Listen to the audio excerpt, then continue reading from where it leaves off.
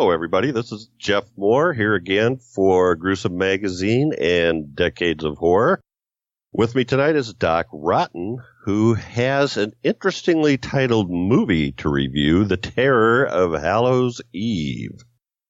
Doc, what do we know about this? Oh, well, before we get into this film is from the Cinepocalypse Film Festival in Chicago. It played there, the 2017.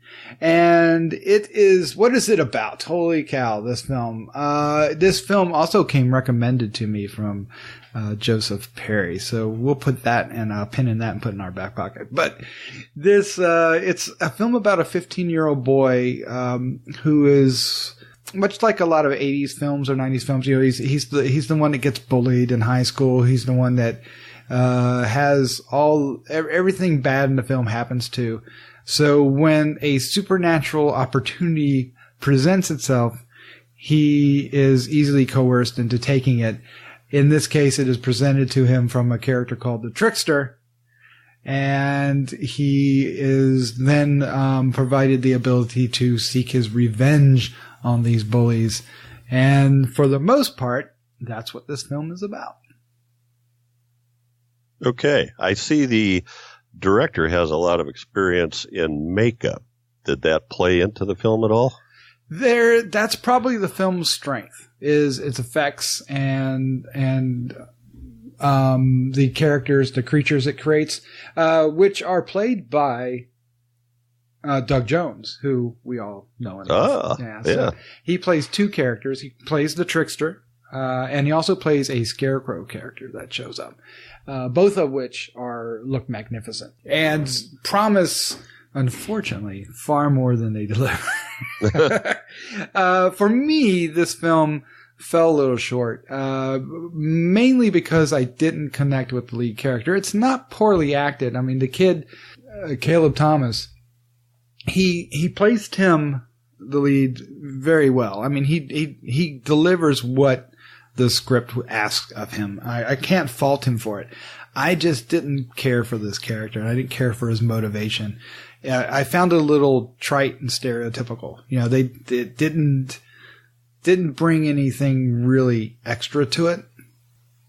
It felt very much, pulled out of, the old 80s films that you would get, the VHS ones where, a kid would get, a magic guitar or, find a rock that would give him special power. In this case, it's this pumpkin.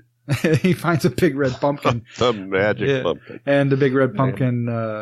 So the special effects, because it's basically him getting revenge, and it doesn't really get much deeper than that. So it's a little shallow in that respect as well.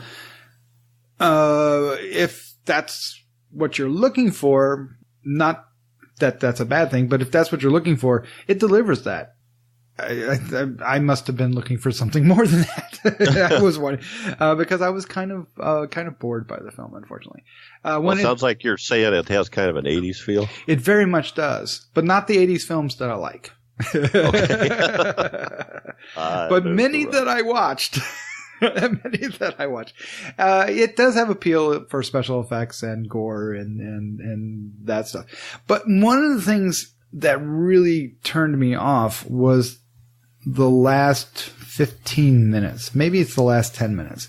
The main story with Tim ends, and then it goes into kind of what happens to him after the story. And that didn't sit well with me in the slightest. I was very disappointed with that in and of itself. So, which, took my favor for the film, took a little bit of a slide with that. Took a turn for the worse, is what you're saying. Yeah. Okay, well, let's see if what your favorite scene is, and what rating would you give this based on 1 to 5? I am going to give this a 2. If it wasn't for the ending, it would get a 2.5, maybe even 2.75, just to let you know. My favorite scene is, it's probably going to be the scenes with the Trickster. I would have said the Scarecrow, but the Scarecrow didn't really do much.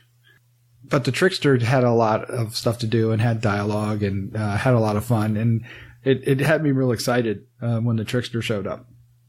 And left me wanting more. That's for certain. So, yeah, scenes with the Trickster. Well, not to get too sidetracked, but I looked down the list and I see Eric Roberts as a... I forgot Eric Roberts. Yes, he has a cameo. He is basically the neighbor. The neighbor Ed. The neighbor Ed, yes. And that is it. All right. Well, thanks a lot for another great review, Doc, and we'll see you all again. Good night. Good night. Be sure to visit GruesomeMagazine.com to listen to the other Gruesome podcasts, Hard News Radio, and Decades of Horror. Also check out the Gruesome Magazine Quarterly, available in digital and print-on-demand format.